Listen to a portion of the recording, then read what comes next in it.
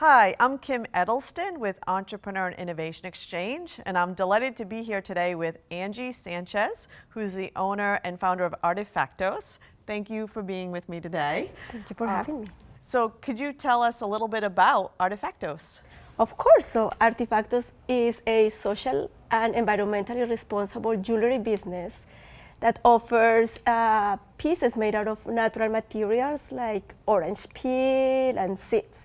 So we are the organic jewelry movement. And what we do is that we empower and develop vulnerable artisan women for whom this is their primary source of income. And at the same time, we help reduce the waste of 15 million tons of orange peel discarded every year. Oh my goodness. And so where is production? Production is in Colombia. We help vulnerable women from Colombia. Nice. I have to ask you. It is, yes. Everything you see is Artyfactos jewelry. And can you smell the orange peel? You can. They have an amazing natural aroma. Orange peel and coffee beans, obviously. Very nice. So the production is in Colombia, and where are you selling your products? We sell in the United States for now. Well, we have had some sales international in Europe. They love the sustainable fashion. So we have had some sales in Europe and Australia, actually. And you've been growing very fast. What has been the key to your success? Well, I would say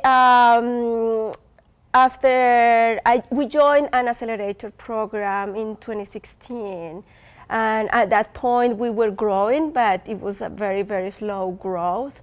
But after we joined that accelerator, we had the opportunity they paired us with a mentor, so we had the opportunity to learn from our mentors, and I was blessed and very lucky to have a great mentor who was in the industry, and she was able to open the doors for us to our wholesale channel.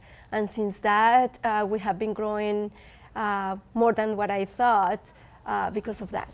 So getting through the wholesale channels has opened up your doors to different retail outlets? Yes, we are in over 70 retailers right now, nationwide. And actually today, I was this morning opening our store within Macy's in Boston. So we are getting into the doors of big retailers. Congratulations! Thank you. So hopefully we'll make it better there. So I have to ask, let's go back a few years. What were you doing before then? Okay. So how were you selling before you had this amazing mentor and the distributors and the wholesale channels? Yeah, it was through our online boutique, but it is very difficult to attract customers to your online boutique. It's very crowded. The internet is very crowded. I am a civil engineer by trade, so it was very difficult for me to go into the marketing part of it. So we were doing a lot of events also, like there is an event right now happening, and that kind of events, craft fairs, and so something that it was more direct to consumer, where we had the opportunity to talk to them face to face, and that's what we were doing. But it's difficult to scale only going to those events. You can only go to certain events, but you need to get more sales reps and open the wholesale channels and get to these distributors, because you do need to get your brand out there and people to get to know it. And since you're growing so fast, how are you keeping up with production? Well, we have a good group of artisans in Colombia that are able to produce what we need so far. So right now we are not there yet, but we could go up to $3 million in sales with the group of artisans that we are working currently.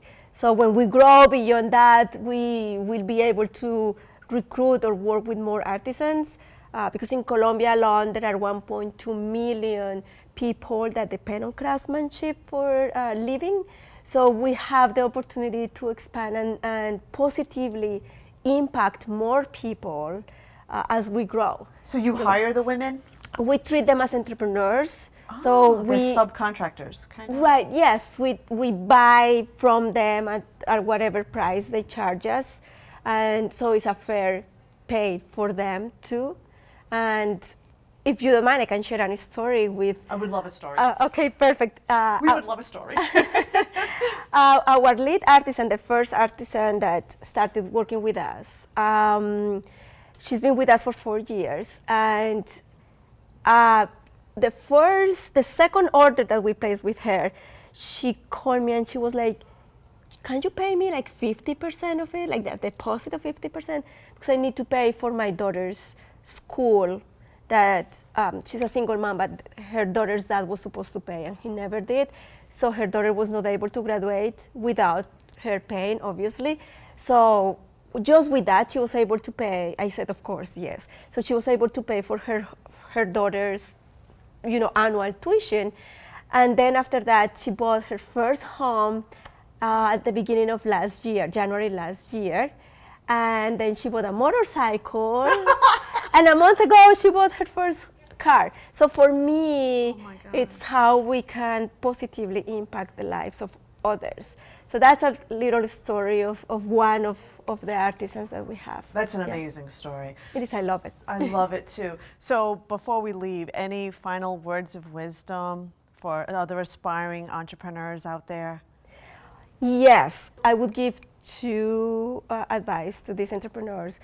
Just pick the right things for your business, the things that are really gonna help you grow your business, and delegate the rest of them.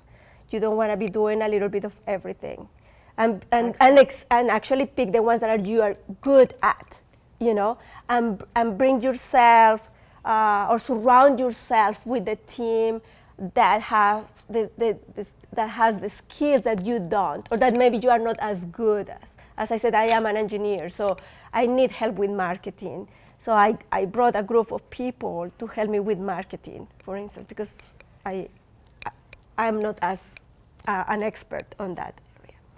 And the other advice that I would give is, if you can join an accelerator or find a champion or a sponsor or a mentor that can help you and open doors for you, not only get advice, but connect you in the right way, in the direction that you want to do, just go for it. It's so important to have that champion on your side. And don't be afraid to ask for it.